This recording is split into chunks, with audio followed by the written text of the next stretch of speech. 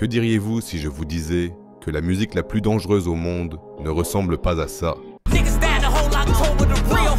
Mais plutôt comme ça. Je pense que la plupart d'entre vous auraient d'abord souri. Mais ces ballades sont en fait l'équivalent mexicain du gangsta rap et sont appelées Narco Corrido.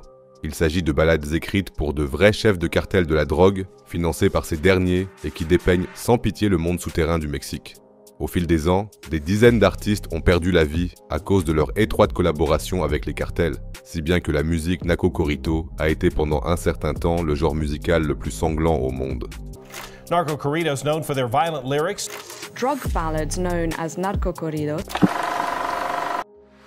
Le corrido est le nom donné à la musique folklorique du nord du Mexique, qui a connu une grande popularité pendant la guerre de Révolution entre 1910 et 1920. À l'époque, les chansons corrido traitaient principalement de thèmes sociaux, tels que l'injustice et la pauvreté, ce qui a fait de ce genre musical le porte-voix des opprimés au Mexique. Mais au fil des années, les thèmes des chansons ont changé, car beaucoup de Mexicains de l'époque en avaient marre de la pauvreté et ont commencé à gagner leur vie de manière illégale. Ils faisaient par exemple de la contrebande d'alcool qui était encore interdit aux États-Unis à l'époque pour financer leur communauté. Ils sont ainsi devenus des héros dans leur quartier. Et ce sont précisément ces anti-héros, comme on pourrait les appeler, et leurs exploits qui ont été immortalisés dans les chansons de corrido. À cette époque, à part l'alcool, on ne trouvait pratiquement aucune référence à la drogue ou à la violence dans les paroles des chansons. Mais ça a changé à partir des années 70. Avec le boom du trafic de drogue, les chansons de corrido ont tellement changé qu'un sous-genre est apparu, le narco corrido. Au Mexique, le mot narco désigne tout ce qui est lié directement ou indirectement au trafic de drogue. Et contrairement aux chansons traditionnelles de corrido, le narco corrido parle explicitement de drogue, de femmes et de violence. Au début, il ne s'agissait que de drogue douce. La première chanson de Narco Corrido est probablement une chanson intitulée Contrabando y Traición. J'espère que j'ai bien prononcé le titre. Si ce n'est pas le cas, veuillez m'en excuser. La chanson parle d'un passeur de drogue qui, avec sa femme, fait passer de la marijuana dans des pneus de voiture à la frontière mexicaine pour la revendre à San Diego. Mais en quelques années, les drogues produites et vendues sont devenues de plus en plus dures. Les premiers cartels de la drogue ont vu le jour, gagnant des tonnes d'argent, et la musique est devenue de plus en plus violente. À la même époque, un jeune gars au Mexique se faisait un nom et allait devenir, à partir des années 80, le plus grand artiste de narco corrido de l'histoire, Charlino Sanchez. Il est l'incarnation même du narco corrido et montre parfaitement comment se déroule la vie d'un artiste de narco corrido. Charlino est né le 30 août 1960 dans un petit ranch à Sinaloa, au Mexique, et était le plus jeune d'une fratrie de 8 enfants. Il vivait avec sa famille dans la pauvreté et son père est mort quand il n'avait que 6 ans. Comme il a grandi dans la misère, il a passé beaucoup de temps dans la rue dès son enfance et est devenu criminel pour survivre. Le seul soutien dans sa vie était sa famille, avec laquelle il chantait souvent et qui lui a donné le goût de la musique. Mais au fil des années, beaucoup de ses frères et sœurs ont quitté la famille pour tenter une vie meilleure aux États-Unis. Charlino a alors cherché à attirer l'attention des gangs criminels du quartier et est devenu de plus en plus violent, jusqu'à ce qu'un événement l'oblige à fuir sa ville alors qu'il était encore adolescent. En 1975, un chef d'un gang du quartier, El Chapo Pérez, a agressé la sœur de Charlino, qui avait 15 ans, et Charlino, alors âgé de 14 ans, a juré de se venger. 2 ans et demi plus tard, Charlino, alors âgé de 17 ans, est allé à une fête dans le quartier et a enfin rencontré Pérez.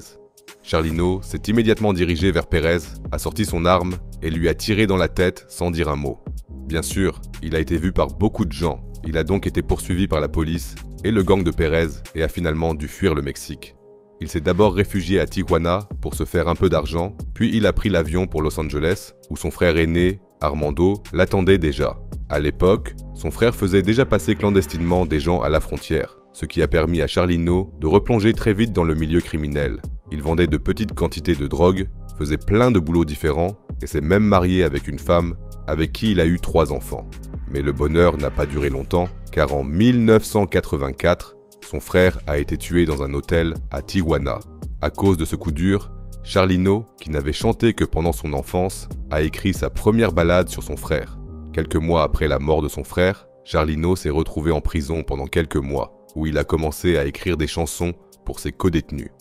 Ces chansons sont devenues tellement populaires que Charlino a commencé à vendre ses textes en prison. Beaucoup de détenus faisaient partie d'un cartel, et quand Charlino a été libéré, plein de membres haut placés du cartel voulaient qu'il écrive des chansons sur eux.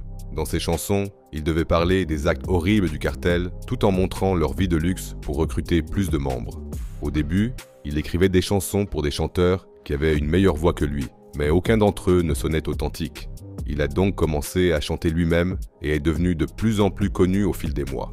Les barons de la drogue lui offraient plein de cadeaux et lui donnaient des milliers de dollars pour qu'il écrive une chanson sur eux ou qu'il se produise lors d'une fête. Il a même commencé à être engagé pour des concerts en dehors du milieu criminel. Mais plus il devenait célèbre, plus les cartels rivaux le détestaient, au point qu'il est devenu une cible.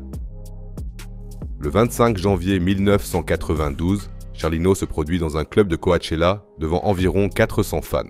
Pendant son spectacle, il demande au public quelles chansons ils veulent entendre ensuite, et un Mexicain fait une demande. Quand Charlino a commencé à chanter, le Mexicain a sauté sur scène avec un pistolet et a tiré plusieurs fois sur Charlino. 2 balles l'ont touché à la poitrine, mais Charlino a aussi sorti une arme et a riposté. Il a raté son agresseur et a touché un autre homme à la jambe, qui est mort peu après, vidé de son sang.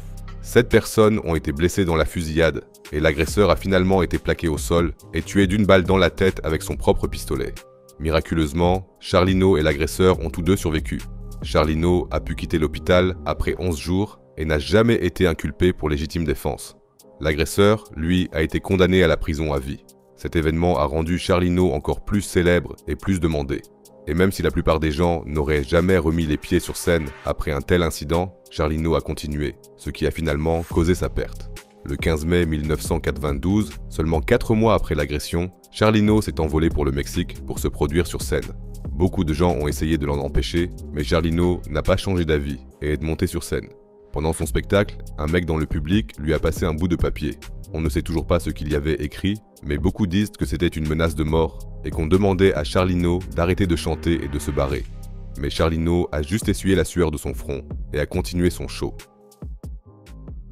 Après son concert, lui, 2 de ses frères, son cousin et quelques femmes ont quitté le club et ont pris la direction de l'hôtel.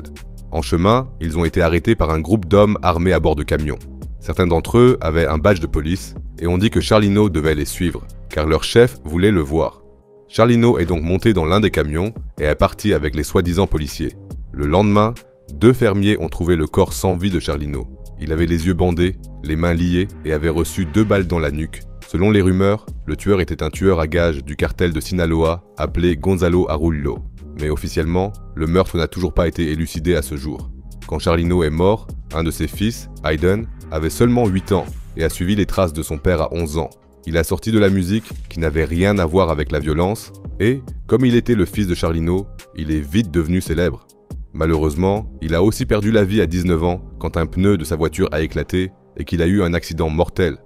Beaucoup disent que le cartel était aussi dans le coup et qu'ils ont trafiqué la voiture pour que ça ait l'air d'un accident. Mais accident ou meurtre, le fait est que depuis le meurtre de Charlino, des dizaines de musiciens de Corito ont été brutalement éliminés par les cartels. En novembre 2006, Valentin Elizalde, qui avait même été nominé aux Grammy Awards, a été criblé de 20 balles après un concert. En février 2007, un groupe de narco-corritos composé de 5 membres a été pris pour cible par plusieurs fusils d'assaut après un spectacle. Tous ont perdu la vie, à l'exception du leader du groupe. En décembre 2007, Sergio Gomez a été kidnappé et assassiné. Juste un jour après, un membre d'un groupe de narco-corridos a été retrouvé à moitié enterré sous un pont. En février 2008, un autre artiste et toute son équipe ont été retrouvés morts. Une artiste qui avait été touchée par balle par un membre d'un cartel et qui avait survécu a même été abattue peu après à l'hôpital.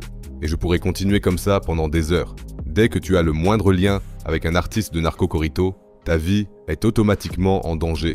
Car beaucoup des victimes n'avaient même pas de lien avec des cartels ou des organisations criminelles. Mais les barons de la drogue organisaient régulièrement des fêtes auxquelles ils invitaient des artistes de narco-corrido. Certains artistes recevaient jusqu'à 100 000 $ pour une petite performance. Mais si un artiste annulait, c'était une raison suffisante pour se retrouver sur la liste des personnes à abattre. Mais ça a enfin changé à partir de 2010. Jusque-là, le genre était encore interdit à la radio et à la télévision.